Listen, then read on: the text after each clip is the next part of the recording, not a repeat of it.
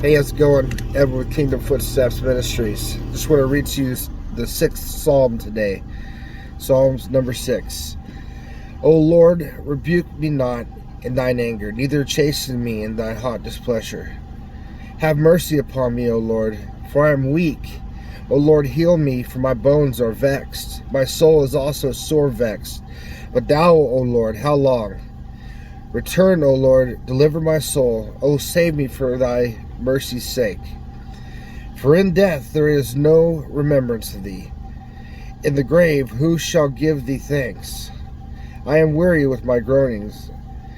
All the night make I my bed to swim. I water my couch with my tears. Mine eye is consumed because of grief. It waxeth old because of all mine enemies.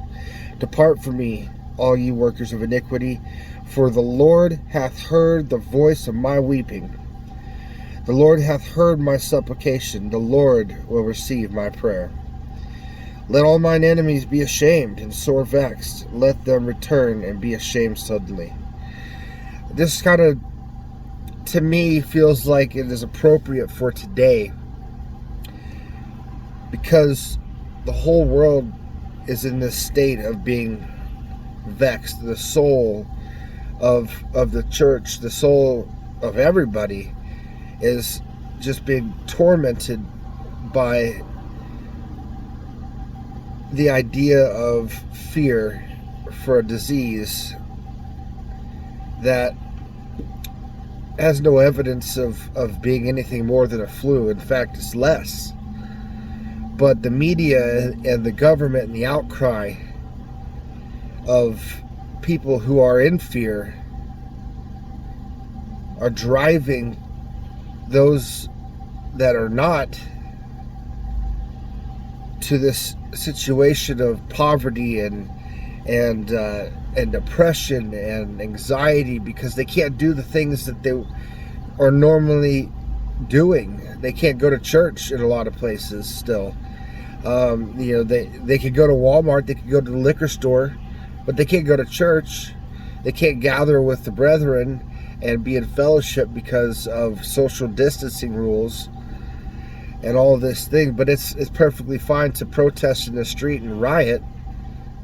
So it seems like evil is just reigning, and corruption is just destroying the very hearts of men and women all across this world.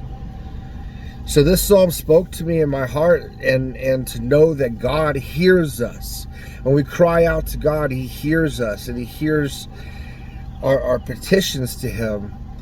And it shows the faith of David, that after he prays this to the Lord, he then turns to speak to his enemies.